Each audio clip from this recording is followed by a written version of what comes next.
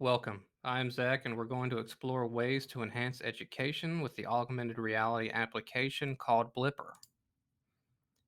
We have a few objectives during this presentation and demonstration. First, I'm going to talk briefly about what Blippar is. Second, with our new knowledge of what Blippar is, we can brainstorm some applications of this technology within the classroom. And finally, we will take a dive into Blippar and develop an AR experience that can be used in the classroom. For those that have never heard of Blippar, it's an augmented reality creation platform. Blippar uses physical markers that a mobile device can scan and then projects and superimposes interactive digital content on the screen. With its roots in marketing and in promotion in 2011, Blippar eventually emerged in the educational sector with its Blip Builder program. Blippar is free and very accessible to educators and students due to its drag and drop creation features. Although some AR and VR technologies require some coding knowledge, Blippar does not, so this makes it an excellent technology to get started with immersive AR content. So, how can this be used in the classroom? The possibilities are endless, as the before mentioned markers can be almost anything print based. You can create an AR experience that uses a page within a textbook to provide more information on that content. You can have students navigate a syllabus with welcome videos and links to forms to fill out. Students can also create their own AR experiences. For example, in a fine arts course, students can use 2D art that they have created as markers, and it can project information about artists that they were inspired by. They can also use Blippar to develop a portfolio showing all of their work over an entire course. If it is a print media, it can be developed into an AR experience with Blippar. So let's get into how Blippar works and to give you a small demonstration of some of the tools that Blippar has for you. First, we have to make an account. So if you go to blippar.com, it will bring you here where you can then, in the upper right hand corner, click sign up and then create an account through your Microsoft account or your Google account. So once you've made an account and you've logged in, you should see a screen that looks like this. One thing that you need to be aware of is that you are under the Blip Builder section and not the Web AR SDK. You will see a section with projects, and in the upper right-hand corner of that section, you will click Create a New Project. You will first give it a name. I'm just going to call this one Demo for a demonstration. Click Continue, and then you can select from 3 different projects: Marker, Surface, and Around You. We're going to start with the marker, but near the end, I will reference what the surface is and the Around You feature, as they're pretty much the same except for what the trigger is. A marker is an image that we printed and displayed on a screen. It could be printed, put up on a wall, it could be scanned from a textbook, as mentioned before, or it could be displayed on a screen. Using the camera feature that's on your mobile device, you're going to scan that image. It will recognize that image and it will trigger the AR content that you created to be displayed on the phone. So before we select a marker, let's talk about what are good and bad markers. So when we're talking about selecting markers, it first must be in a JPEG format. So any PDFs, PNGs, or any other file types that you have must be converted first. If you have something that is a physical copy, like the art that we mentioned at the beginning, it must be scanned in as a JPEG. Second, Blippar works best when the image is complex with different shapes, colors, and text. The more unique the image is, the easier it is for Blippar to scan and recognize. The two on the left are good examples, as there is enough unique features that are there. You want to avoid complete text documents or images with very little variation where the document is one color, much like this timeline blank template that's on the right. So back to selecting our marker. During this demonstration, I'll be making my example from a short timeline on 3D printing for my makerspace orientation. So I want students to learn a little bit more about the history of 3D printing before they actually engage with the process of modeling and then 3D printing. So select marker. You can click and upload up to 3 different markers. As a reminder, make sure that they are JPEGs. For this demonstration, if you do not have one, you can go and auto-generate a marker, and it will generate a random image for you to utilize for this practice. But if you do have one, you can hit browse and upload. I'm going to select my 3D printing timeline. And here it is as my marker, and then I can hit confirm. And then it will start to create my project.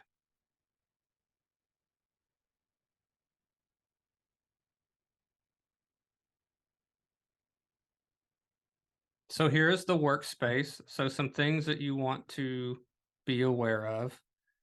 You have some tools over here on the left, like assets, widgets, and 3D library. Your main workspace is in the middle. You'll notice that there is a grid there, and your marker is there in the middle.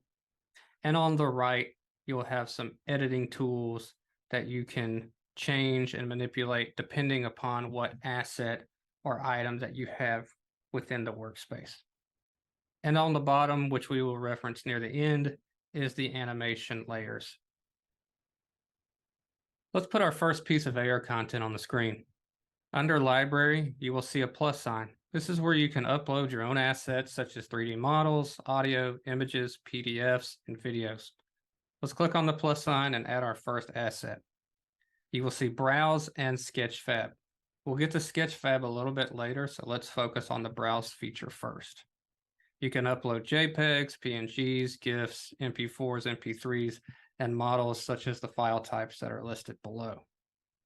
This will open up the files on your computer where you can select as many as you want to upload. I'm just going to start with the Blippar logo first and show you what that looks like. And then you will see that it auto-populates in the library. Again, my marker is on the 3D printing timeline as shown in the middle. So I want students to learn more about the history of 3D printing with this AR content. When students scan this item, I want them to see a picture of the creator of 3D printing, Chuck Hull. Since he's added to my library, I'm just going to drag him over to the workspace. So anything that's added into your library, I can click, hold, drag, and let go within the space. From here, you have the ability to move, rotate, and scale your asset. You can make these changes by clicking and dragging on the green, blue, or red arrows. So currently it's in the move position. So I can click on the red arrow to move it left and right, green up and down. And this blue one here is backwards and forwards within the AR environment. In the navigational tools section in the upper right-hand corner here, you can change it to scale. Currently it's highlighted blue with the move tool. The one above it is scale. It changes these to squares, where then I can scale these assets appropriately. And you can also change it to rotate, which is this curved arrow here, which I can then rotate my image however I want to within the scene. These same features exist on the right-hand side under layout, where you can put exact values. So over here on the right-hand side, you can see layout, and I can type in whatever type of position that I want, rotation, and scale to move that exactly where I want it. One thing you will notice is the grid that your marker is on. That represents the flat surface from which your AR content will be projected from, or this item, the marker, will be laying on. That could be a wall, that could be a screen, that could be on a tabletop. Sometimes it's difficult to see your content, to see if it's popping out. In order to do this, you can click and drag this cube in the upper right-hand corner to look around your content. So here, I can see that it's a little bit coming up off of the marker, but I actually want this AR content to kind of pop off the screen. So I can go back to the move and then move this up a little bit more to give that AR feel. And you can go back and forth with this cube and the move tools, the rotation tools, and the scale tools to make adjustments accordingly.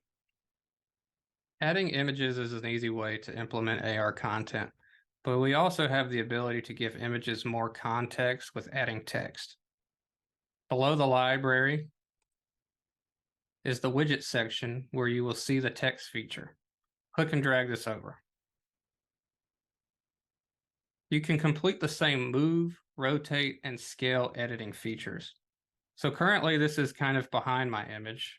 I can bring it a little bit in front of it and move it just so I make sure that it's there. Give it a little bit of rotate just for some interest. On the right, under the basic properties, you can change the text. So currently it's set as sample text. I can change this to Mr. Hole. You can see its font. You can see its opacity, and opacity is the ability to see through it, making it transparent. I can also make the text different colors. And if I know the hex codes, I can type those in as well. And then I can give it a background color, possibly if I'm trying to make it stand out from an image that's in the background. This will help allow the text to pop from that background. So be mindful of all of the colors, including the actual physical space that this image will be present in, whether it's on a table or a wall. Be mindful of those colors. Pictures and text are flat elements. We can actually add 3D models to our AR experience to give it more depth. The easiest way to do this is to use the built-in feature of Sketchfab. Sketchfab is an online repository of 3D models that are uploaded by the community. This ranges from engineering 3D models, architectural plans, 3D scanned items, and animated models.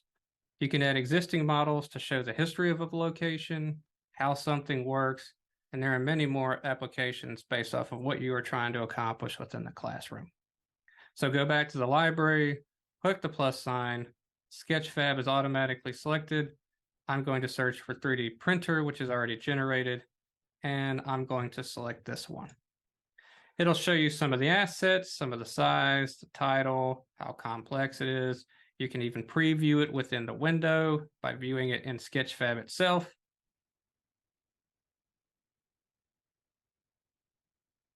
To see if this is a model that you are interested in, and then you can import. Once it's imported, it will show up into your library where you can then click, hold, drag, and place it within the space.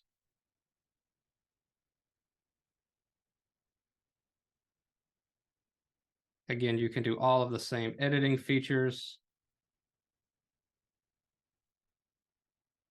Let this come out to the front a little bit, and then just give this a little interesting rotate.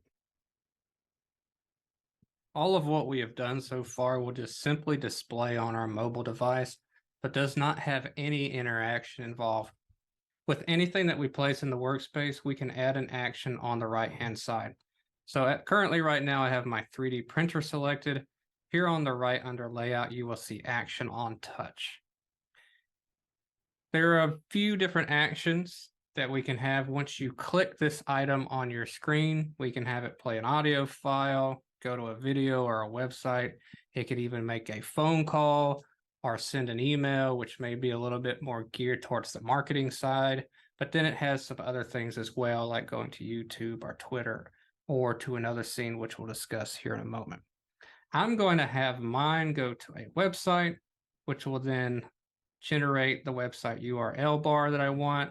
I'm just going to have it go to this all 3DP history of 3D printing. Maybe I want my students to click on this printer and then be able to read about the history of 3D printing and then be able to respond or maybe have a discussion later.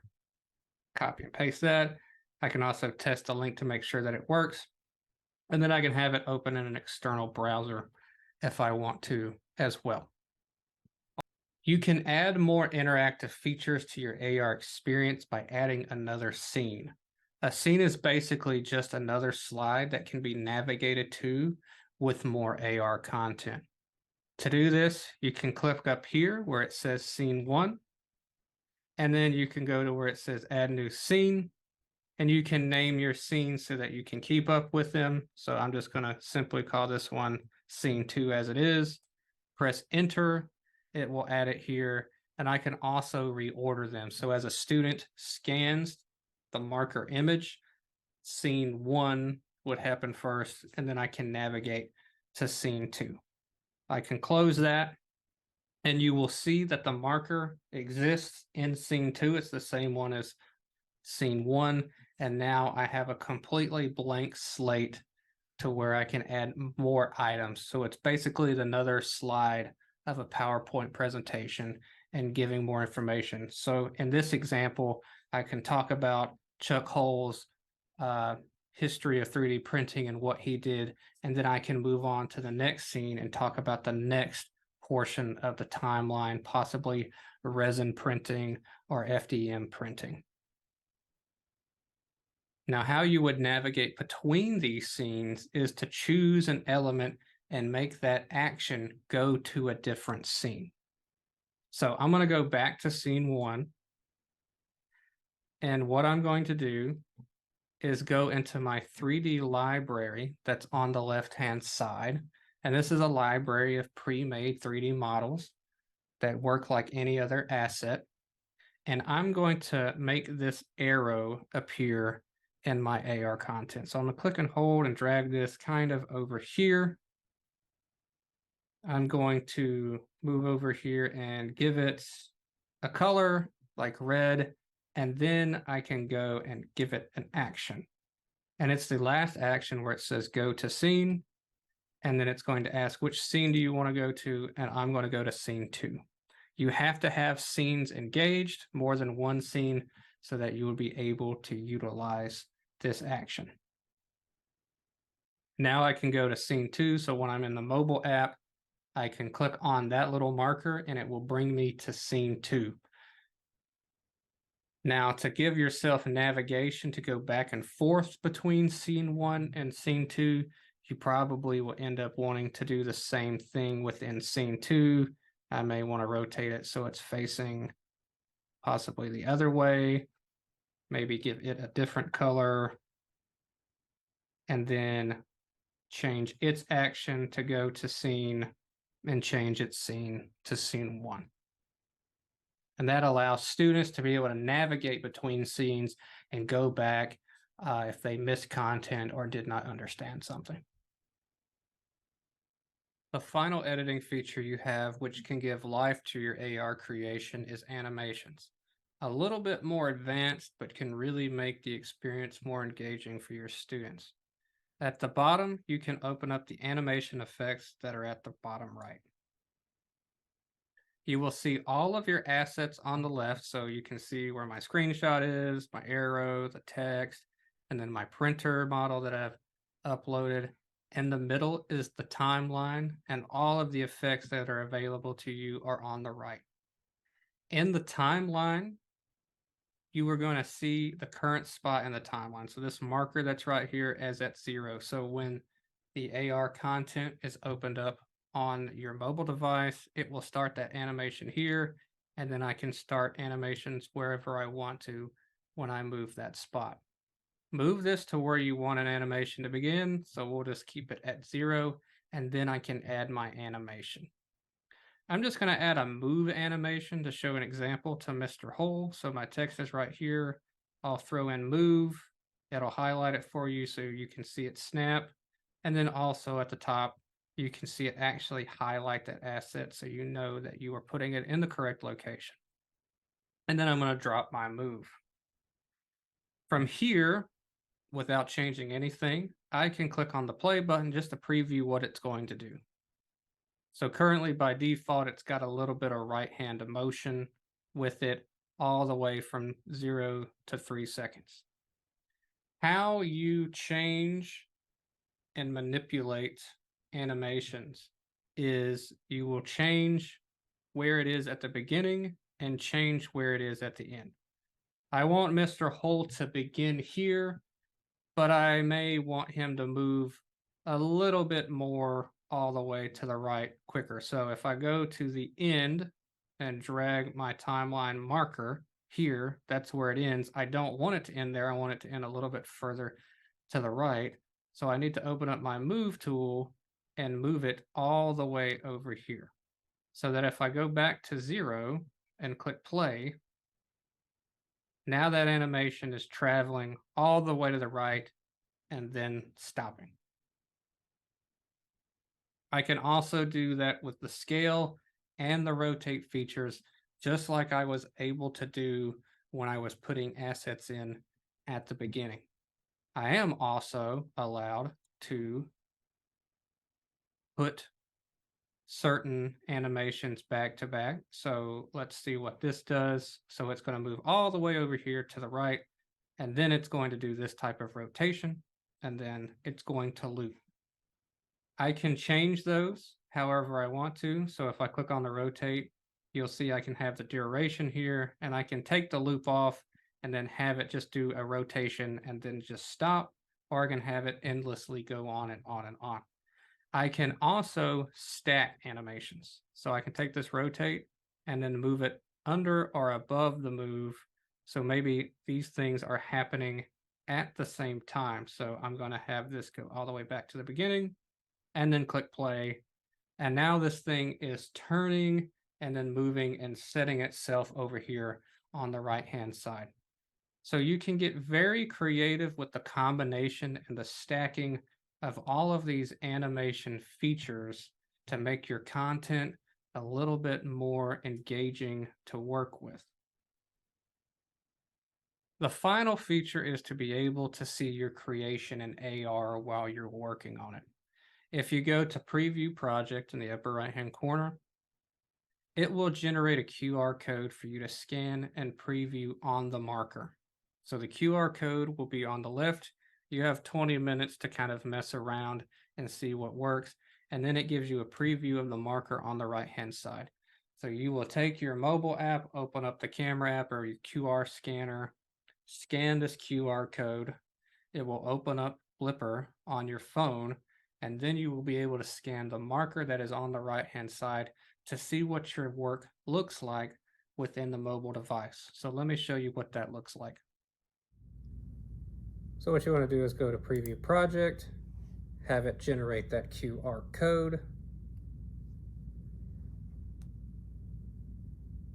Then you're going to take your mobile device, open up your QR code scanner or your camera app, scan the QR code, open up the link. It's going to bring you to the Blippar website, and it's going to generate all of those assets. And then it's going to display the marker that it's looking for, the trigger. And then you're going to align that with the phone. And then your AR content will appear.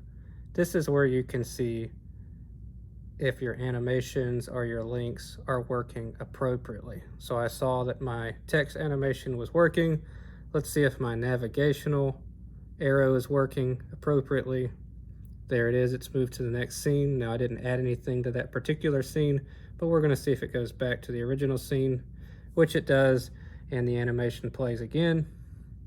And then I wanna make sure that my link works that I put on the 3D printer, which it does bring up that website so that students can go through and look at the history of 3D printing.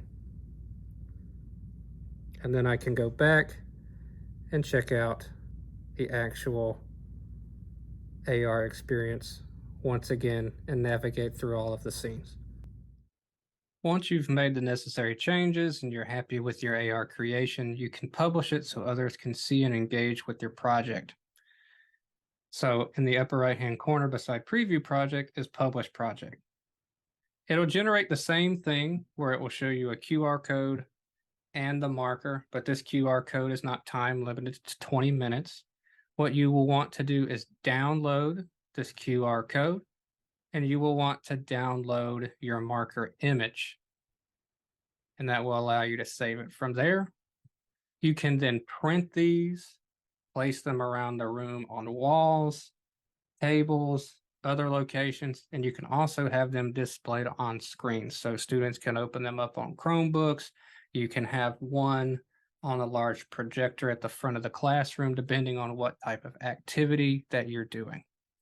Students can go around and experience all of your content however you have it set up. All of this is done without having to download an application on your phone. Lastly, today, I want to leave you with a screen recording of a classroom example that I used in the demonstration earlier. As I stated, I want to give my students an orientation of the history of 3D printing before they get into 3D printing in my makerspace. So as I'm in my 3D printing section, I can have them scan the QR code that is here, have it open up Blippar, and here is a more involved example of what I was using as a demonstration example within the training. So scan this, students will scan that, and now I've got something a little bit more involved here, showing me some GIFs of how Chuck Hull's first SLA printer was working. Shows me what that first printer was on the right. And now I've got my navigational tool between slides that I put some animations on that I can go to. And then it shows me some of the available FDM printers that we have here in the makerspace, like the Ultimaker. Shows a time lapse of something that was printed on it before. There's my back button. And then there are some introductory sections on how to get 3D models. You can either model them yourself through Tinkercad or get them online through Thingiverse, and students will be able to actually select these, and it'll bring them there so that they can look up some models that they can print for one of their first prints in 3D printing orientation. And then they can go back and go through the slides again and the scenes to get more information about 3D printing. Thank you, and I hope you will enjoy creating augmented reality content and giving your students a more engaging and immersive educational experience.